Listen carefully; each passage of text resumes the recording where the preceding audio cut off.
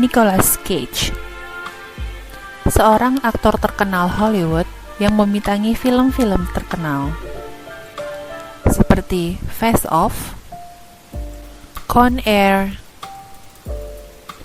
National Treasure, dan National Treasure Book of Secrets, pernah mencapai kekayaan sejumlah 150 juta US dollar atau ekivalen 2,25 triliun rupiah. Namun ternyata pernah mengalami masalah keuangan yang cukup serius. Pada tahun 2009, ia dikabarkan jatuh miskin dan memiliki hutang dan tunggakan pajak sebesar 6 juta US dollar atau ekivalen 90 miliar rupiah. Bagaimana seseorang yang sangat kaya hidupnya bisa berubah 360 derajat menjadi miskin, bahkan memiliki hutang yang sangat banyak? Hai, selamat pagi. Bertemu lagi dengan channel Kepoin Finance, di mana kita belajar bersama-sama untuk lebih memahami dunia finance. Bagi teman-teman yang suka dengan video ini, silahkan klik tombol like, subscribe, dan aktifkan loncengnya ya, agar kami semakin semangat lagi untuk membuat video seputar dunia finance. Terima kasih. Yuk lanjut bahas Nicolas Cage lagi. Dengan pendapatan per film di angka 150.000 sampai 20 juta US dollar, Nicolas Cage bisa terlilit hutang dan menjadi miskin. Hal ini ternyata disebabkan oleh gaya hidupnya. Cage menghabiskan uangnya secara boros. Extravagant spending habits, termasuk membeli beberapa properti mewah dan koleksi seni yang mahal. Tidak membayar pajak, dan permasalahan hukum dengan mantan manajernya. Di sini terlihat gaya keuangannya lebih besar pasak daripada tiang, atau lebih besar pengeluaran daripada pendapatan. Disinilah pentingnya personal finance dalam hidup seseorang.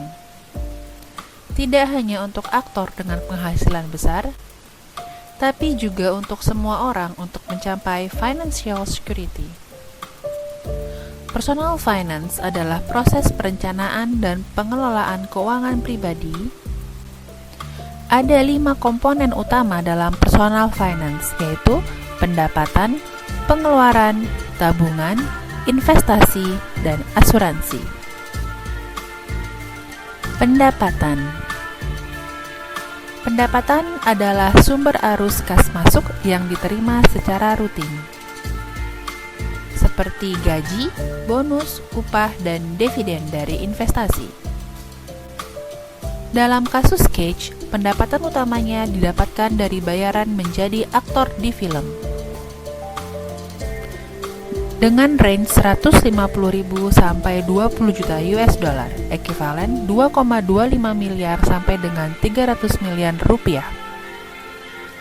Pendapatan nantinya akan dialokasikan ke beberapa bagian, seperti untuk memenuhi kebutuhan sehari-hari, tabungan, investasi, dan asuransi.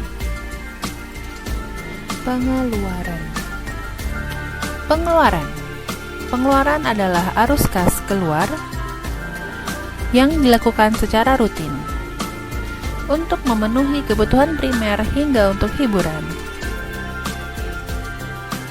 Dalam kasus Cage, pengeluarannya sangat besar karena gaya hidupnya yang boros.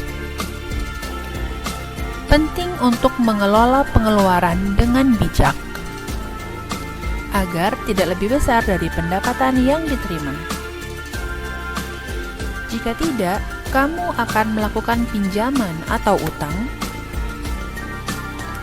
untuk menutupi kelebihan pengeluaran tersebut, yang menandakan manajemen keuangan pribadi yang tidak baik. Tabungan adalah sisa dari pendapatan yang disimpan untuk dana darurat atau pengeluaran di masa mendatang. Setiap pendapatan yang diterima sebaiknya dialokasikan beberapa bagian untuk ditabung.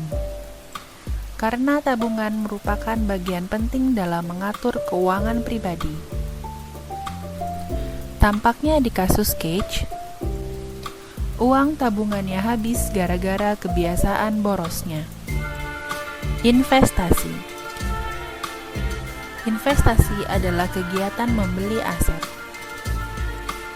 seperti saham, obligasi, dan lainnya, dengan harapan akan mendapatkan keuntungan. Investasi dapat dimanfaatkan untuk keperluan di masa mendatang,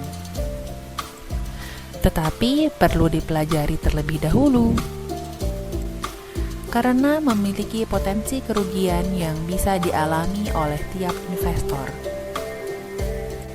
Asuransi.